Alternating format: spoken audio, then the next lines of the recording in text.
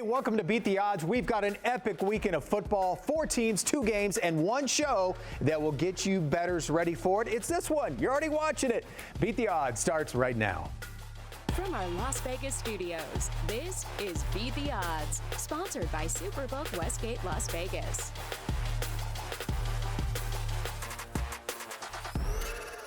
Here we go, everybody. Welcome to the show inside our Las Vegas studio. I'm Dave Hall. And I'm Mariah Janos. It's championship weekend in pro football. After 5 months of grinding, we're down to the 4 best teams. Philly and San Francisco, Cincy and KC. We've got so many great storylines to talk about. Yeah, like can Brock Purdy keep this magical ride going? Can Jalen Hurts keep Philly rolling? And is Arrowhead Stadium now Burrowhead Stadium? A lot of chattering between those two, right? And of course, the most famous ankle in the world. Will Patrick Mahomes be healthy enough to do his thing? We will find out soon enough. Coming up on today's show, Fat Jack and Teddy will break it all down for us. How these teams got here, all the betting angles, and the ankle that might have you better screaming uncle. Plus, I went to the Westgate to see how the books are getting ready, and we'll find out what it's like to play in these high-pressure games. Brandon Marshall will have his keys to winning. I'll be back in a bit. Dave, over to you. All right, sounds good. Mariah, obviously a big show. We clean up well, guys. We're ready to go. You and Mariah go to the same stylist, it looks like. We didn't even plan that. It's just great minds think alike. Ironically, Teddy, you want to start talking about teams that aren't in these Final Four. Well, it's worth noting because there's certainly plenty of hype with all the QBs that are playing this weekend. When we look at the top 4 QBs in salary, Aaron Rodgers, Russell Wilson, Kyler Murray, Deshaun Watson, those teams ain't playing anymore. Sometimes those QBs on the rookie deal makes an enormous difference in how good a team's actually going to be. There's some bad play in those top salaries. I mean, some of those aren't even close. Yeah, exactly, which is funny. But obviously, we're talking about the 4 teams still standing. For Cincinnati, there is a huge bandwagon of bettors. 21-4 with 1 push against the spread in their last 26 ball games dating back to last year. They started the season 0-2. They're 14-2 straight up since. Yeah, you know, Zach Taylor, their coach, and I went to the same high school. Shout out Norman High Tigers. While I was not learning French, he was apparently learning how to get teams going at the right time because he absolutely has that secret sauce of getting his team ready to roll here when we get to playoff time. No doubt. And of course, we talk about Cincy with a huge betting bandwagon. KC, not so much. All right. Were they kind of going through the motions in the regular season? Perhaps. 5-12-1. Against the spread in 2023. They've been burning their backers. And of course, the concerns about Mahomes, let's not forget, if for some reason Mahomes isn't good enough to go for the whole game, the drop-off between starting QB and backup Chad Henne, as big as any drop-off in the league. It's been wild to see the point spread in that game go from 2.5 Chiefs, 2.5 the other way, and as of our taping this morning, it's back to -1 Chiefs. They definitely are trying to figure out how healthy Mahomes is. You know, with Kansas City, if you're an average bettor and we have all the new money coming into the market, you definitely are never going to get value playing this Kansas City team because they have the great quarterback, they score a bunch of points, and they're great at home typically. So it's not surprising they've been bad against the number this year. Yeah, they've cost their backers plenty. When we look at the other side of the equation, I mean, in the NFC, boy, Mr. Irrelevant, Brock Purdy. His playoff bonuses could be more than his salary for the entire season. That being said, San Fran, the only team in the postseason, 2-0 straight up, 2-0 against the spread. And they get the benefit of the turnovers last week against Dallas. Right. And I've been saying Brock Purdy is more like the guy that's saying Gangnam Style or the Macarena. I mean, people are trying to turn him into, Def Leppard or something, some great musician. Now, he's probably more like the guy that was the guy from American Idol that's leading Queen right now, or Adam Lambert, somebody like that. Yeah. He's serviceable for what he's doing, but not as good as the original. But, with the teams they've been playing, he's been good enough. It's worth noting this is the first time San Fran's been an underdog since October. Right. They have been feasting on the weeks. Philly's defense is tied for number 1. They've only allowed 4.8 yards per play. But as we asked last week, how hurt is Hurts? He was clearly not 100% in the win over the G-Men. And got a win against a much inferior opponent. No now doubt. Stepping up in class. It's going to be an interesting weekend. All right, from Def Leppard to Gangnam Style, as always, an interesting first segment from you two. Thank you, guys. I'm actually surprised that the lights are still on at all the Vegas sports books because I won $10 last weekend, you guys. Winner, 10 winner, whole chicken dollars. dinner. There we go. Yeah. Mariah was at the Superbook Westgate Las Vegas earlier this week with more from there. Thanks, Dave. I am here with EVP of Superbook Operations, Mr. Jay Kornegay. It is great to see you. There's only 4 teams left standing, but before we even get into that, I want to go back to the divisional round. How was it handled here at the books last weekend? Well, Saturday was actually pretty good for us as the 2 favorites won, but both games stayed under, and that was good for the house. Sunday was a little different story. We had a lot of money on Cincinnati money line, and they won outright, as we all know, and that wasn't good for us. The last game also wasn't in the house favor, as almost everybody was on San Francisco, and they took care of business. So overall, I'd say it was a small loser for us.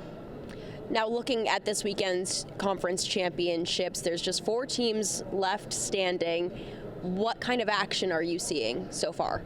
Well, we opened Philadelphia at 2. They're up to 2.5. We've seen some Philadelphia money come in, but very balanced there. The other game, we've had a lot of movement. We opened Kansas City -3, went all the way to the other side, Cincinnati -2.5. It now has settled in at Cincinnati -1, and that's all based off the injury and the Cincinnati performance that we saw in Buffalo last week. Now, taking a look at the futures odds, it's really interesting because all 4 teams are very similarly priced. That's pretty unusual, right? Yeah, we don't normally see a future book like we do right now. Usually we have a pretty big favorite in at least one of the 2 games, maybe both games. But since the lines are so tight in both championship games, that's reflected on the future book. As all of them are really short odds, it's anybody's game. They sure can. It's really going to be interesting to see what it comes down to. Thank you so much, Jay. Dave, we'll send it back to you in studio.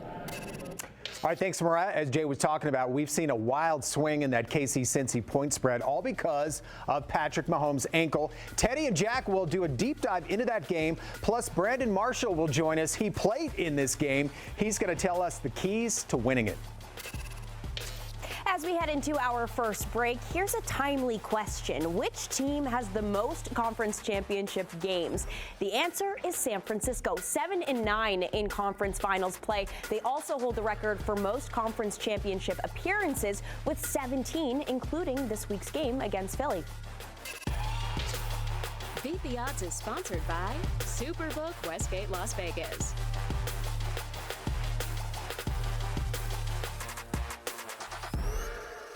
The Westgate Las Vegas Resort and Casino. Legendary. Vegas. Fun. Enjoy Westgate's classic gaming and entertainment. Savor fine dining. And experience the world's largest sports book, Westgate Superbook. It's all at the Westgate Las Vegas Resort and Casino. Show the world what it means to be a fan at Fanatics.com. The world's largest collection of officially licensed fan gear from all the leagues, teams, and players you love. Shop now and get today's special offer. Fanatics.com. Officially licensed everything. You love our show. Now you can get even more from BeatTheOddsTV.com. Betting lines, trends, and analysis of the big games. The difference between a bad beat and a big win. BeatTheOddsTV.com. Welcome back to Beat the Odds. We all saw Patrick Mahomes hopping on one leg after spraining his ankle last weekend. If he's cleared to play, Mahomes will be the 3rd QB to make 5 straight conference championship game starts. Who are the other 2? The answer is Terry Bradshaw for Pittsburgh and Ken Stabler for Oakland. But Mahomes is the only guy to QB a team that has hosted 5 straight championship games. How about that home field advantage? Yeah, Mariah, Championship Sunday, absolutely one of the most fun days of the year in Vegas sports books. Get here if you can, and also scan that QR code. It will take you to our website, BeatTheOddsTV.com. Now back with the boys. Things already getting a little chippy between KC and Cincy. A lot of back and forth. Some of the Cincy players are now calling Arrowhead Burrowhead. Travis Kelce said, keep chirping. It's just locker room material for us. This game is going to be a lot of fun to watch. They've earned the right? I mean, 3 in a row, and they've all been big games. So, Yeah. I mean, if there's any team that's able to do that, it's certainly Cincy. Yeah. That being said, you could make the argument all 3 of those games were coin flips that turned up Cincy side. So we'll see what happens this weekend. But certainly, when we look at the 4 teams still standing, Cincy's got the weakest defense of the bunch. 5.4 yards per play allowed. And that's the defensive metric that I pay attention to. Not about how many yards per game they give up. It's how many yards per play they give up. Cincy, the weakest of the 4 teams still standing. And of course, with that said, Joe Burrow has been phenomenal in the postseason.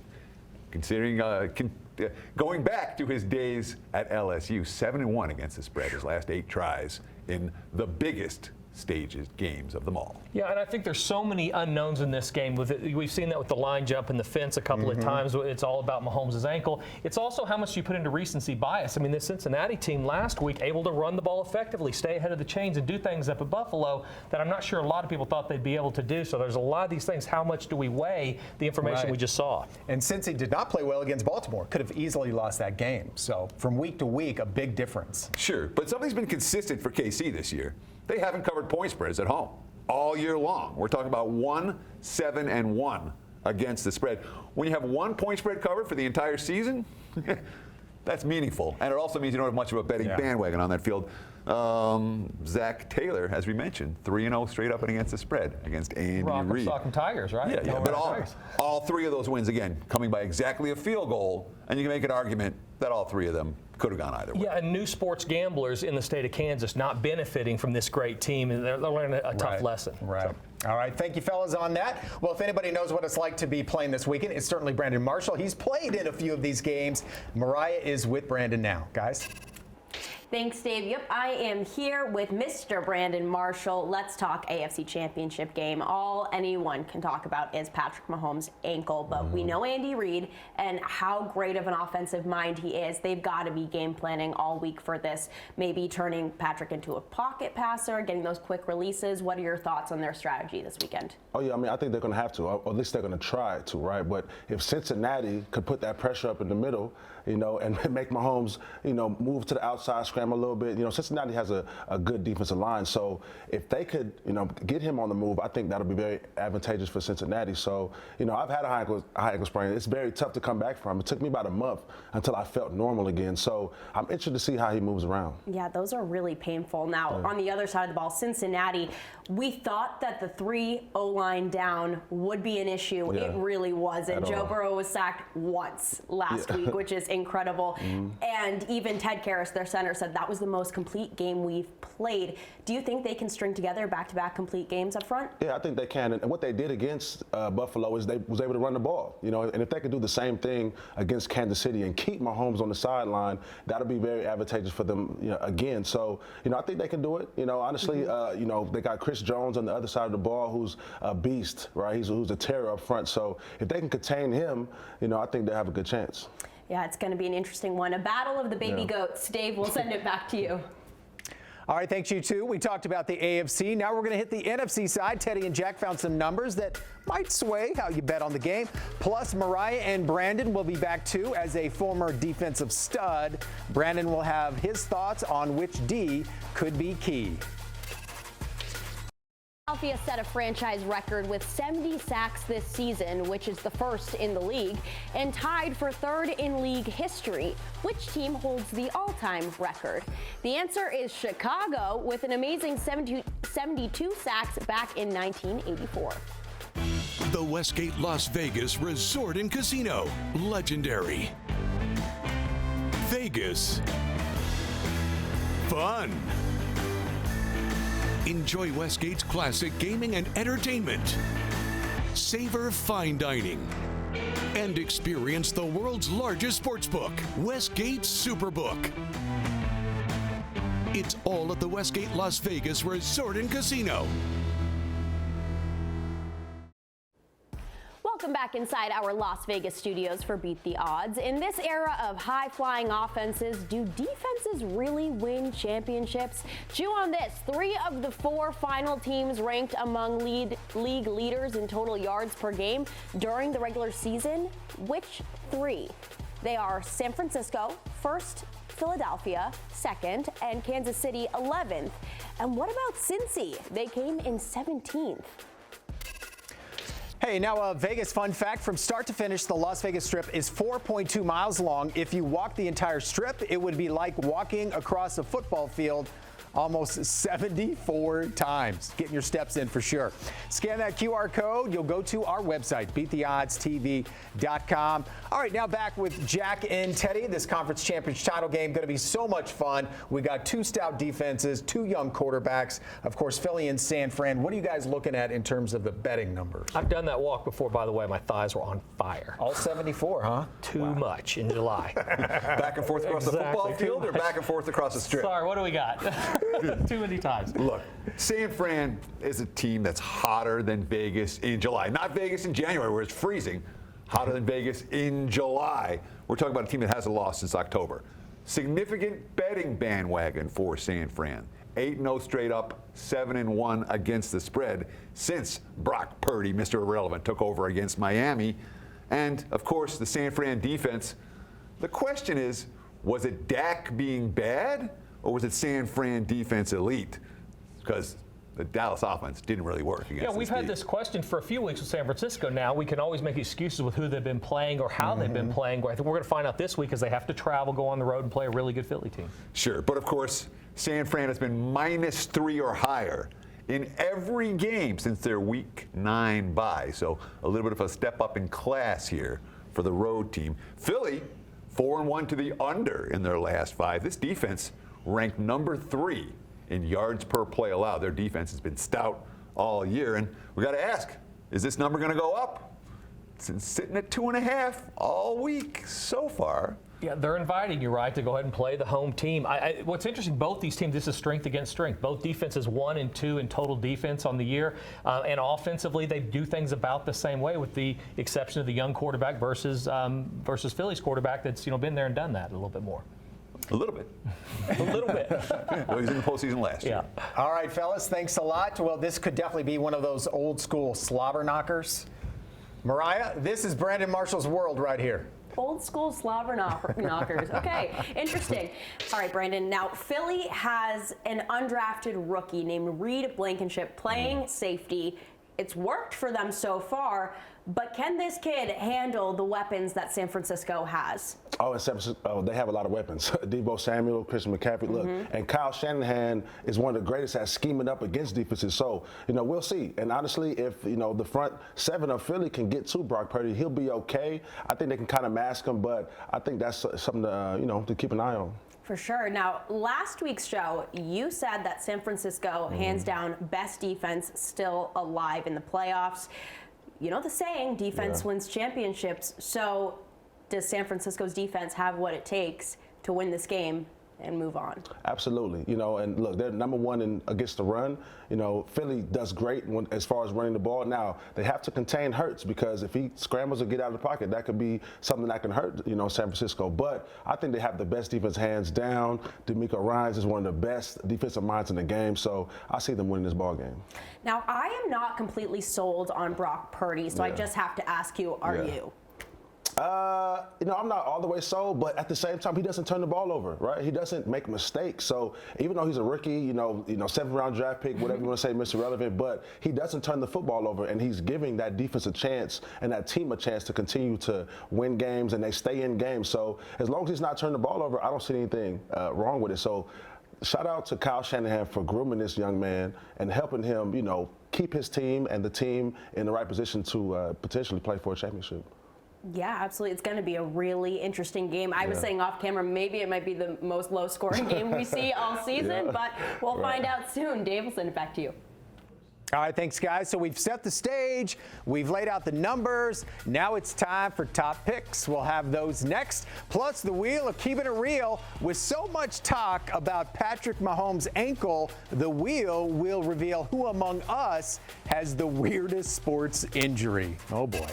The Young Guns are taking over. This weekend marks the first time 2 quarterbacks under the age of 25 will start a conference championship game against one another. Brock Purdy and Jalen Hurts. It was just a couple of years ago these two squared off in college. It was a shootout with Hurts and Oklahoma holding off Purdy and Iowa State 42-41. Coming at you from Las Vegas, the sports betting capital of the world. You love our show. Now you can get even more from BeatTheOddsTV.com. Betting lines, trends, and analysis of the big games. The difference between a bad beat and a big win. The interviews, the stories, plus a unique spin on sports history. Your ticket to in-depth content as seen on the show is all at BeatTheOddsTV.com. Check it out today. All right, welcome back to Beat the Odds. We're all on the white couches, which means it's top pick time. Gotta say, you guys were on Philly right at the start of the season. You guys have been money on these. Yeah, and these actually, the top plays have been really good as well. I think I've hit 6 or 7. I played this exact trend about 3 times. Kansas City, Cincy under the total. These are two teams that Cincinnati needs to run the ball to be able to stay ahead of the chains. Kansas City's been really consistent with what they've been doing. When they play decent to below average defenses, they've been staying under, controlling the line of scrimmage, the clock with their offense. Yeah. When they play good defenses, they've been trending over. So it's another average, very average defense in Cincinnati. I like under the total in Cincinnati and Kansas City. All right, Teddy, how about you? Well, Jack likes under in that game. I like over in the other game, San Fran, Philly. Look, divisional round, 4-0 to the under last week. There's value on overs after a week that went 4-0 to the under. All right, San Fran, Philly, both top 5 scoring offenses. These are teams that have big play weapons everywhere on the field. Both teams, strong red zone touchdown percentages. You want 7s, not 3s when they get close. Philly's number 3, and San Fran with Purdy behind centers, not far behind. And of course, we have 2 offensive-minded head coaches. I like over the total, 46.5. Yeah, 2 games that have very evenly matched teams. That makes for an exciting weekend, and this is our chance. Who do you guys like to make the big game here in a couple weeks? I like San Francisco. I like San Francisco. I mean, I've been riding with them all playoffs. They've been there before. The coaches have been there. The weapons, they're high octane in their own way.